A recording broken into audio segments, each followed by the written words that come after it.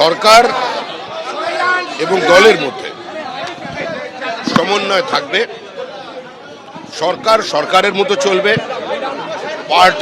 পার্টির ম্যানিফেস্টো বা সংকল্পপত্র সেটা ইমপ্লিমেন্ট যাতে হয় তার জন্য সরকারের সঙ্গে যোগাযোগ রাখবে। কিন্তু যে সরকারটা তৈরি হতে চলেছে এটা বিজেপি সরকার হবে না, এটা পশ্চিমবঙ্গ রাজ্য সরকার হবে।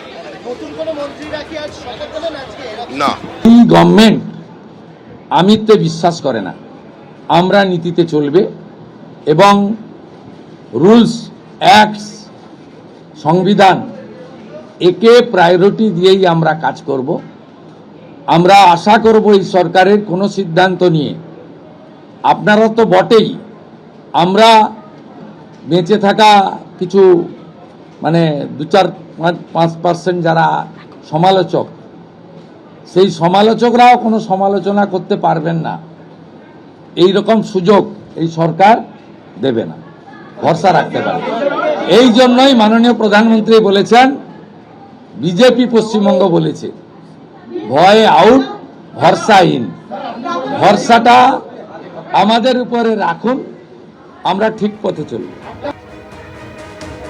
শ্রমিক ভট্টাচার্যের বাড়ি থেকে দলীয় কার্যালয়ে যান শুভেন্দু অধিকারী এবং সকাল থেকে যে ছবি দেখা যাচ্ছে সেজে উঠেছে বিজেপির কার্যালয়।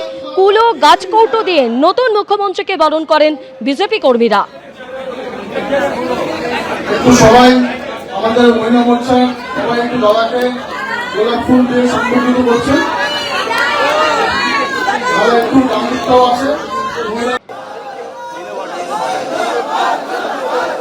শ্রমিক ভট্টাচার্যের বাড়ি থেকে দলীয় কার্যালয়ে যান মুখ্যমন্ত্রী শুভেন্দু অধিকারী।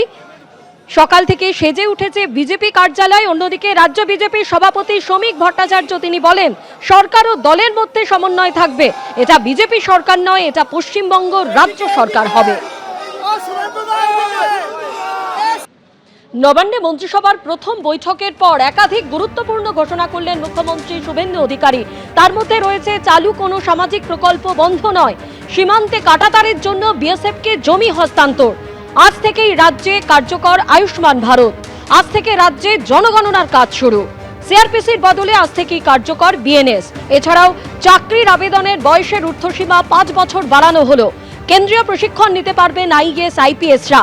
এবার থেকে রাজ্যে কার্যকর বিভিন্ন কেন্দ্রীয় প্রকল্প, নিহত বিজেপি কর্মীদের পরিবারকে সাহায্য করবে সরকার, এরকমই একাধিক গুরুত্বপূর্ণ ঘোষণা করলেন মুখ্যমন্ত্রী শুভেন্দু অধিকারী।